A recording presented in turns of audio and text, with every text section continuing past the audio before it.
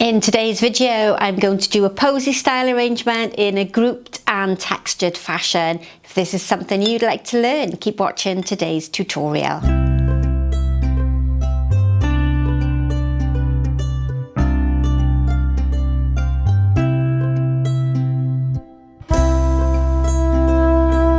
So welcome back to today's video. So I'm going to be using one of my favourite colour combinations in today's video, and that is peach and blue. And I'm going to be using some fantastic blue hydrangeas, some creamy peach gerbera and a lovely, more vibrant peach rose.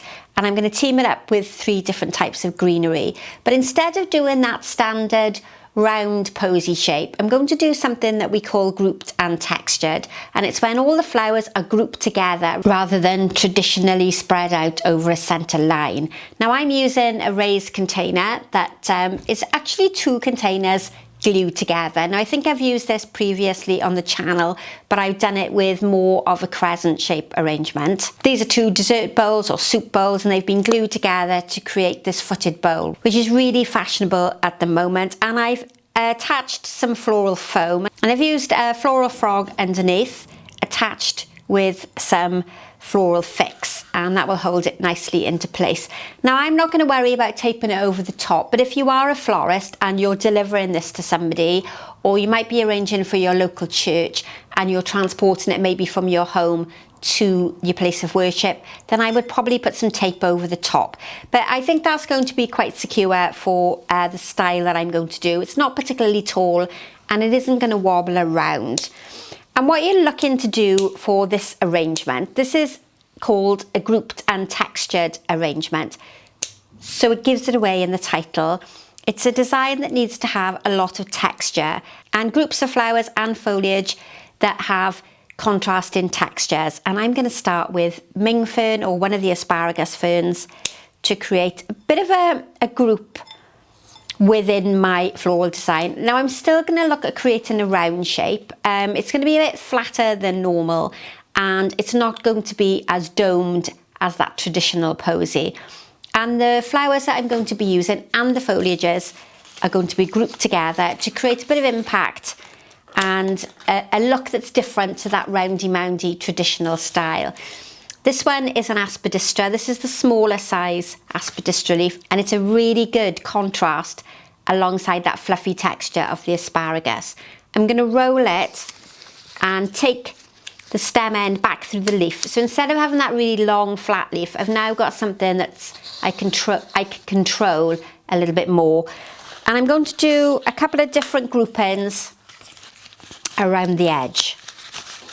So I don't want to create matching patterns. I don't want things to be mirrored or symmetrical. The emphasis for this design is on the groupings of the material rather than that outline shape. So even though I've got one here, I'm going to place 2 together on that side there, so we get a bit of a variation. And then alongside this flat greenery, I'm going to use the underside of the Magnolia leaf, but I've rolled them and I've used a wire on the end to hold the leaf down flat. So we get that nice contoured shape rather than a flat leaf. And what I'm going to do with these is remove the wire and then place the stem into the foam. And then I've got a grouping of a different colour leaf and a different shape. You can use them as they are, flat, but what I decided to do was just to roll them over. So if I just show you in the overhead camera, I've rolled the leaf over this way so that the underside is showing, and I've used a wire just to hold this part, the end of the leaf, to the stem, leaving enough stem visible so that I've got enough to go into the floral foam. And that's the sort of technique. Then we want to get rid of that wire so that the stem end can go nicely into the floral foam. And where you place the grouping is entirely up to you. But what we're looking to do is to create triangles that are uneven. So I don't want that perfect triangle that is matching. I want to go for an unbalanced triangle look. So if I place this one in here, between this one, and this one, I've got a sort of triangular shape forming. And I'm also going to bring one of the rolled Aspidistra leaves up onto the flat part of the foam, so that I've got essentially a group, although it's a single leaf on the top there. That's going to work quite well. Now if we're trying to form a triangle with my brown Magnolia leaf, I need to place a position here or here so that we've got that triangle forming. And I've prepared myself leaves ready so that I can get that grouping in on one side. Now I've secured these with wire, but you could do that with floral tape. You can use sellotape if you're at home and you've got nothing available to use. And then I'm going to place one just on this side here. Now that doesn't form a triangle, it's almost given a square, but what you want to think about is between the groupings we have different types of triangle. I haven't gone evenly spaced out like north, south, east and west would be on a compass. So another little grouping of the asparagus fern over this side. This is such a lovely textured material. If necessary, you can always pierce through the hard leaf of the Aspidistra if you really want to get that greenery quite close together. And I'm just going to add a bit of the same texture up at the top, so we've got those nice groupings and those varying textures all alongside one another. Now this style can also be done for funeral work where you've got the round posy pad base. You can also do it on long lengths of oasis. Quite a versatile style. It doesn't necessarily have to be done in a round format. And then what I'm going to do is nestle. I'm going to start with the hydrangeas first because they're the bigger flower. I'm going to nestle them in between the groupings. So what we're looking to do is to repeat the groups that we've created on the outside towards the middle as well. So I don't want to now start spreading these out in that more traditional manner. I need to follow along the style that I've already started. So a nice blue cluster on one side. Still thinking about those triangles. I'm going to come up more to the centre, not placing it matching on the opposite side. Christmas time, you could use a candle in the centre, or if you're doing something for an anniversary and you wanted to introduce a gold or a silver maybe to celebrate an anniversary, you could add a candle, a big fat candle there in the centre. But what I'm doing for now is just placing 3 really uneven groups of the flowers to create impact and those definite groupings of textured material. So I'm aiming to have a selection of flowers that's bigger, medium size and then small size on this area here. So you get movement travelling through the arrangement. If everything was identical, your eye wouldn't know which one to pick up first. If we have something that's slightly larger and then a little smaller and smaller again, our eye will travel nicely between the 3 different groups. Now the next flower that I'm going to use is a gerbera. This variety is Moe and it's a beautiful pastel colour, and gerberas are fantastic for this type of design because they sit flat. The head is perfect for this style, and gerberas really like being close to the floral foam because the water doesn't have quite so far to travel, and they tend to last much better when they're really close to the foam. Remember, if it's a soft sunflower like a gerbera, to cut it straight, don't cut it at an angle because it goes into the foam much more easily.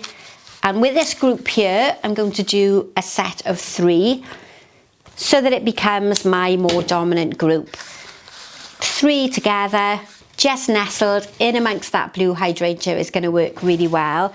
Now if I think about separating off the colour, I'm going to come over here somewhere and I'm going to do a smaller group.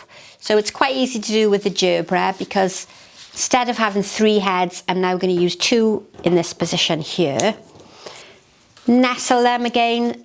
I don't want to mix them in with the greenery. They need to be in a group of their own. And if I think of the height, it's really low, quite compact, and I haven't got that centre point that we normally have when we're creating a posy arrangement. And then my final gerbera is going to come over onto this side. And if you've noticed, I've turned the head upwards. I haven't angled it down because that's going to make a more traditional shape. I'm going to tuck it in on the side so that the colour is looking upwards. So when we're looking down on this arrangement, it's going to give a really good visual impact and we're not missing all of those different colours and those different flower types.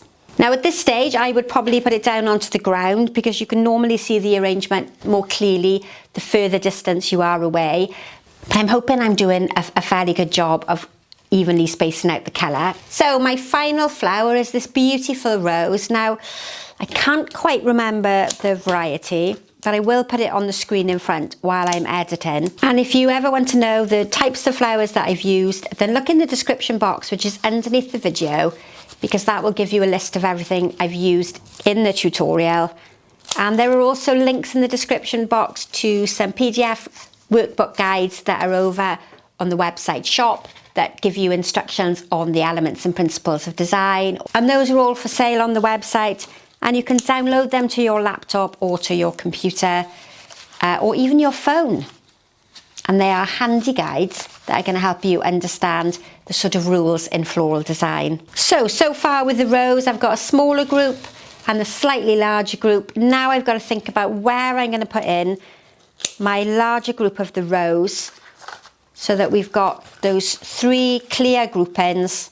And because this design is fairly small, suitable for a coffee table at home, I'm only looking to use 3 different types of flowers with 3 groups in between. But if you were doing a larger version and you had a bigger dish to work with, you could use more flowers in your groups. I'm just using a maximum of 3.